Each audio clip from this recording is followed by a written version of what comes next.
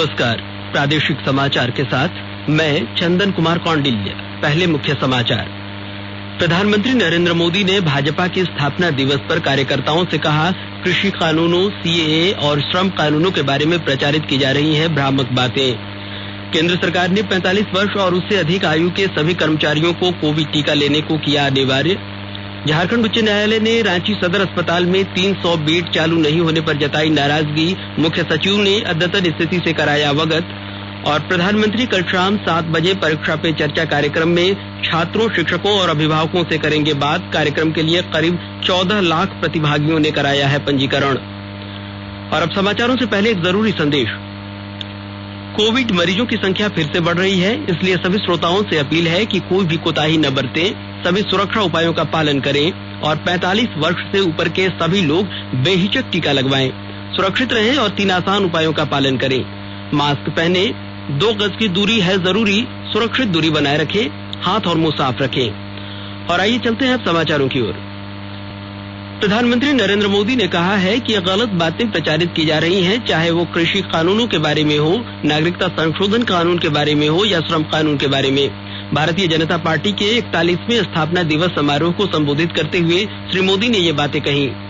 आज गलत नैरेटिव बनाए जाते हैं, कभी सीए को लेकर, कभी कृषि कानूनों को लेकर, कभी लेबर लॉ को लेकर। बीजेपी के प्रत्येक कार्यकर्ता को समझना होगा कि इसके पीछे सोची समझी राजनीति है। ये एक बहुत बड़ा षड्यंत्र है। इसका मतलब है देश में राजनीतिक अस्थिरता पैदा करना। इसलिए देश में तरह तरह की अफवाहें फैलाई जाती हैं, भ्रम फैलाए जाते हैं, झूठ फैलाया जाता है। कभी कहा जाता है कि संविधान बदल दिया जाएगा, कभी कहा जाता है आरक्षण समाप्त कर दिया जाएगा, कभी कहा जाता है नागरिकता छीन ली जाएगी, कभी कहा जाता है किसानों की जमीन छीन ली जाएगी। ये सब कोरे झूठ होते हैं।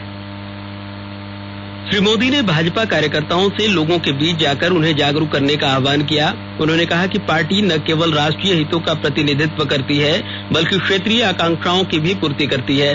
श्री मोदी ने कहा कि पार्टी ने अनुच्छेद 370 रद्द करके श्यामा प्रसाद मुखर्जी के सपनों को साकार किया है। इधर राजधानी रांची समेत झारखंड के सभी जिलों में पार्टी की स्थापना दिवस समारोह मनाई गई। इस दौरान कार्यकर्ताओं ने प्रधानमंत्री के संबोधन को सुना और पंडित दीनदयाल उपाध्याय और श्यामा प्रसाद मुखर्जी को नमन किया। केंद्र सरकार ने आज एक आदेश जारी कर 45 वर्ष और उससे अधिक आयु के सभी कर्मचारियों को कोविड टीका लगवाने को कहा है, ताकि कोरोना संक्रमण को फैलने से रोका जा सके। कार्मिक और प्रशिक्षण विभाग के इस आदेश में केंद्र सरकार के कर्मचारियों को सलाह दी गई है कि वे टीका लगवाने के बाद भी कोविड नियमों का पालन करें, मास्क पहने, बार-बार हाथ धोएं और सुरक्षित दूरी बनाए रखें। इधर इंडियन मेडिकल एसोसिएशन ने केंद्र सरकार से कहा है कि 18 वर्ष से अधिक आयु के सभी लोगों को कोविड का टीका लगाया जाना चाहिए। प्रधानमंत्री को लिखे गए पत्र में एसोसिएशन ने यह भी आग्रह किया है कि सार्वजनिक स्थानों और बड़े समारोहों में प्रवेश के लिए टीकाकरण प्रमाण पत्र अनिवार्य कर देना चाहिए। प्रधानमंत्री नरेंद्र मोदी ने कहा है कि कोरोना महामारी से बचाव और रोकथाम के लिए भारत द्वारा उठाए गए कदमों की पूरी दुनिया सराहना करती है। हमारे देश ने कोविड-19 संक्रमण से निपटने की जो रणनीति बनाई वह काफी कारगर साबित हुई। कोरोना वैश्विक महामारी से निपटने के लिए भारत के अब तक के प्रयासों ने दुनिया के सामने एक अलग ही उदाहरण प्रस्तुत किया है।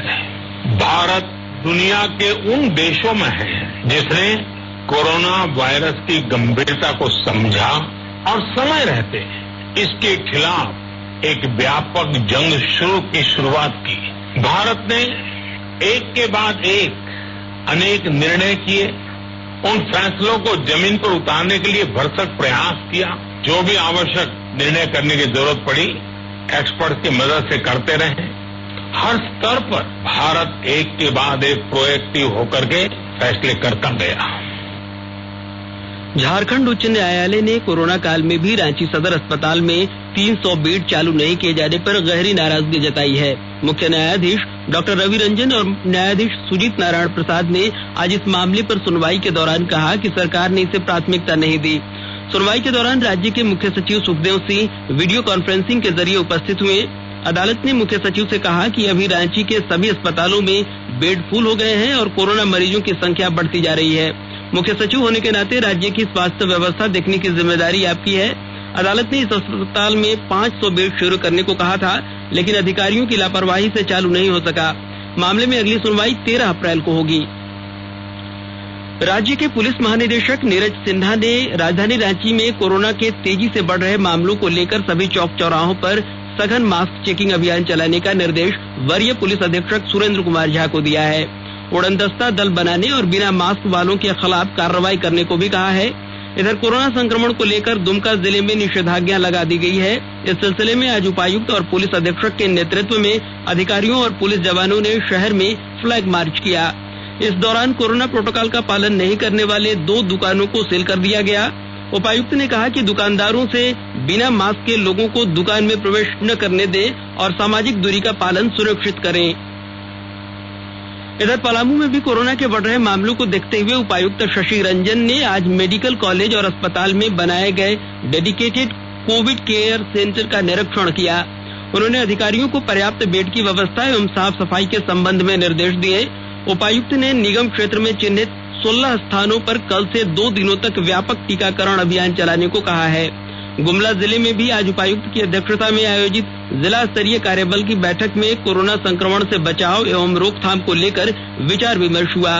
उपायुक्त ने समुचित सघन निगरानी, कंटेनमेंट जोन के निर्माण, कॉन्ट्रैक्ट ट्रेसिंग, जांच तथा संक्रमितों के उपचार के लिए पुख्ता व्यवस्था करने का निर्देश संबंधित अधिकारियों को दिया। इधर राजधानी रांची के जिला स्कूल में 8 विद्यार्थियों के कोरोना संक्रमित पाए जाने के बाद मैट्रिक और इंटर बोर्ड की प्रैक्टिकल परीक्षा स्थगित कर दी गई है। वहीं अगले आदेश तक विद्यार्थियों के स्कूल आने पर भी रोक लगा दी गई है।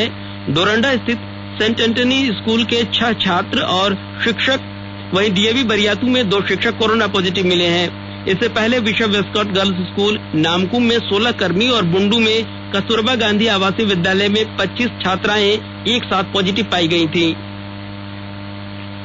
भारतीय रिजर्व बैंक के गवर्नर शक्तिकांत दास कल सुबह 10 बजे बैंक की द्विमासिक मौद्रिक नीति की घोषणा करेंगे।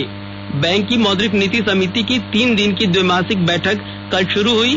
बैठक ने अपनी पिछली द्विमासिक मौद्रिक नीति में ब्याज दरों में कोई बदलाव नहीं किया था।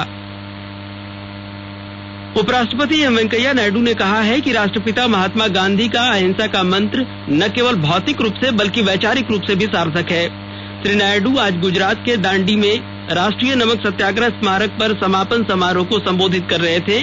उपराष्ट्रपति ने कहा कि राजनीतिक रूप से लोग एक दूसरे के विरोधी हो सकते हैं, लेकिन सभी भारतीय ही हैं और सबको मिलकर देश के विकास के लिए काम करना चाहिए। प्रधानमंत्री नरेंद्र मोदी ने 12 मार्च को साबरमती आश्रम से दांडी यात्रा को हरी झंडी दिखाकर रवाना किया था। आकाशवाणी के ताजा तरीन समाचारों के लिए आप हमारी वेबसाइट newsonair.com पर लॉग इन कर सकते हैं। ताजा समाचार Twitter handle @AIR News Alerts और Facebook page all India radio news पर भी उपलब्ध है। आप प्रादेशिक समाचार एकांश के ट्विटर हैंडल @AIR News_Ranchi और Facebook page AIR News Ranchi के अलावा YouTube channel AIR News Ranchi पर भी हमारे बुलेटिन को सुन सकते हैं। प्रादेशिक समाचार आप आकाशवाणी रांची से सुन रहे हैं और अब पेश है कोरोना से बचाव के कुछ संदेश। कोविड-19 से बचाव और सुरक्षित रहने के 3 उपाय। मास्क लगाएं, 2 गज दूरी है जरूरी, सुरक्षित दूरी रखें, हाथ और मुंह साफ रखें।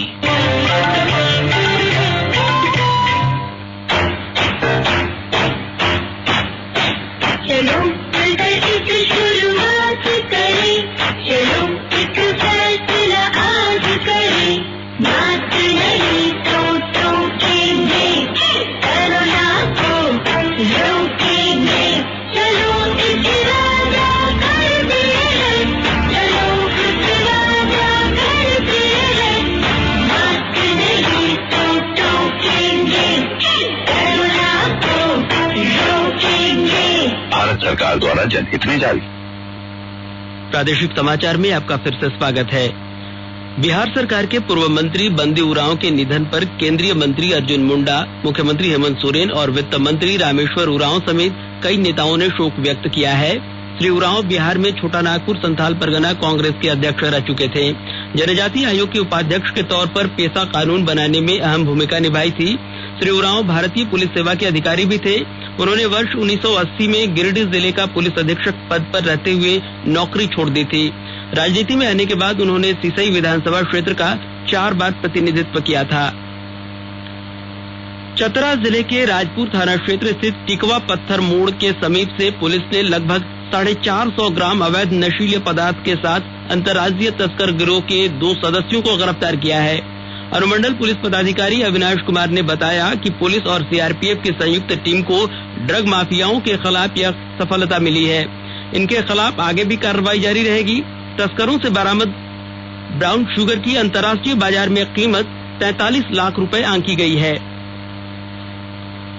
रामगढ़ जिले में अधिवक्ता अजय महतो की हत्या में शामिल आरोपियों की गिरफ्तारी नहीं होने पर अधिवक्ताओं ने आज सड़क पर प्रदर्शन किया।